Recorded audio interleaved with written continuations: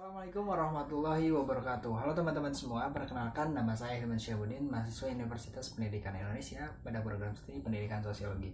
Pada video kali ini saya akan berbagi pengetahuan berdasarkan pertanyaan yang sudah diajukan, yang sudah disajikan oleh dosen saya di mata kuliah Pendidikan Multikultural.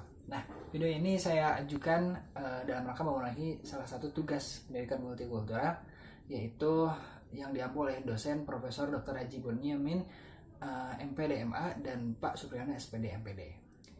Pada video kali ini saya akan membahas tentang bagaimana sih tahap-tahap pengintegrasian pendidikan multikultural kepada kurikulum di pendidikan, khususnya di pendidikan di Indonesia. Nah, sebagaimana kita ketahui bahwa tahapan-tahapan integrasi materi pendidikan multikultural kepada kurikulum pendidikan di Indonesia itu ada 4. Yang pertama ada pendekatan kontribusi, kemudian yang kedua ada pendekatan adiktif, kemudian ada pendekatan transformasi, dan pendekatan aksi sosial. Nah, apa saja sih pengertian dari masing-masing pendekatan? Mari kita simak. Pendekatan kontribusi. Ciri pendekatan kontribusi adalah dengan memasukkan pahlawan etnis dan benda-benda budaya yang khas ke dalam kurikulum yang dipilih dengan menggunakan kriteria budaya aliran utama. Nah, karakteristik penting dari pendidikan kontribusi adalah bahwa kurikulum aliran utama tetap tidak berubah dalam struktur dasar, tujuan, dan karakteristik. Jadi dalam pendekatan kontribusi ini, kita menghadirkan tokoh-tokoh pahlawan etnis atau bukti-bukti sejarah yang menggambarkan suatu budaya kepada kurikulum di pendidikan, khususnya di pendidikan Indonesia.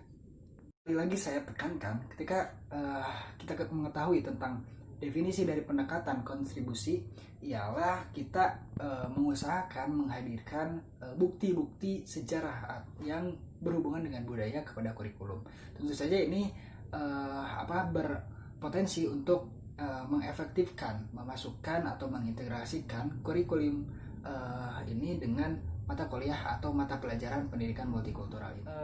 Setelah kita mengetahui pendekatan kontribusi, kita lanjut kepada pendekatan yang kedua, yaitu pendekatan aditif.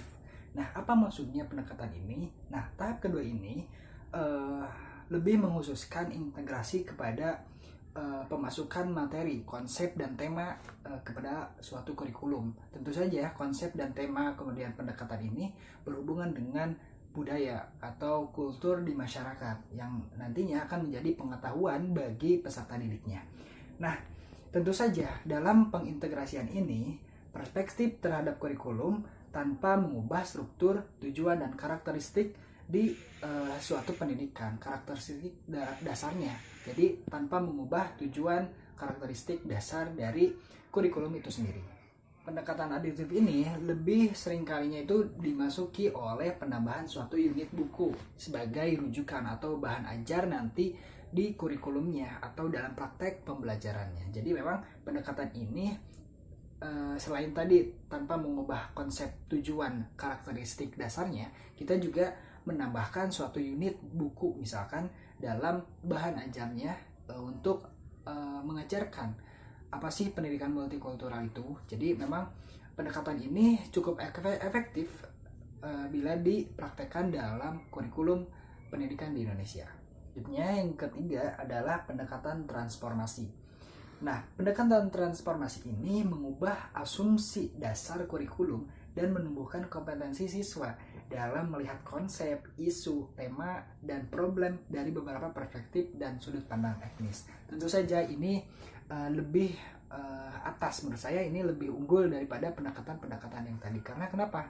Pendekatan ini menumbuhkan kemampuan siswa untuk lebih berpikir kritis terhadap isu yang terjadi di masyarakat, khususnya antar suku etnis yang ada di Indonesia. Tentu saja ini lebih efektif dari pendekatan yang tadi. Apalagi kalau misalkan kita bisa mengkolaborasikan antara pendekatan-pendekatan ini. Seperti tadi misalkan pendekatan yang bersifat mendatangkan langsung bukti-bukti budaya yang ada di masyarakat Indonesia. Kemudian ditambah dengan buku rujukan sebagai bahan ajar, dan ini yang terakhir adalah yang ketiga adalah pendekatan transformasi sebagai suatu cara untuk menumbuhkan sikap kritis terhadap suatu budaya. Kemudian sikap kompetensi siswanya dalam menanggapi isu-isu yang ada di masyarakat, khususnya suku-suku yang ada di masyarakat Indonesia. Terakhir adalah pendekatan aksi sosial. Pendekatan aksi sosial ini atau kita sebut dengan the social action approach mencakup semua elemen dari pendekatan transformasi, namun menambahkan komponen yang mempersyaratkan siswa membuat keputusan dan melakukan aksi yang berkaitan dengan konsep, isu, atau masalah yang dipelajari dalam unit. Nah, tentu saja ketika tadi di dalam pendekatan sebelumnya kita melatih kompetensi siswa supaya bisa mempelajari isu yang terjadi, maka di pendekatan selanjutnya atau di pendekatan aksi sosial ini kita memberikan peluang kepada para pelajar untuk mempraktekkan, untuk memberikan aksi terhadap isu yang terjadi. Ketika kita menganalisis, memberikan peluang kepada para pelajar untuk menganalisis isu yang sudah ada.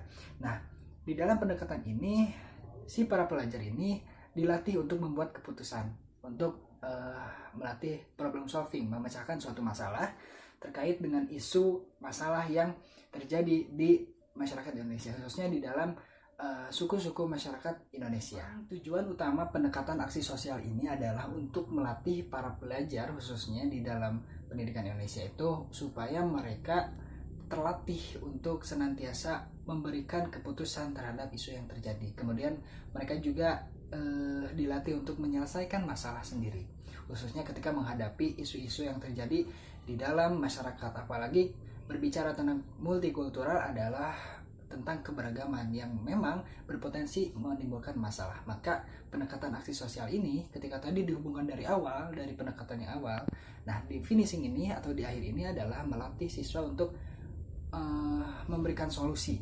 terhadap isu-isu yang terjadi di masyarakat.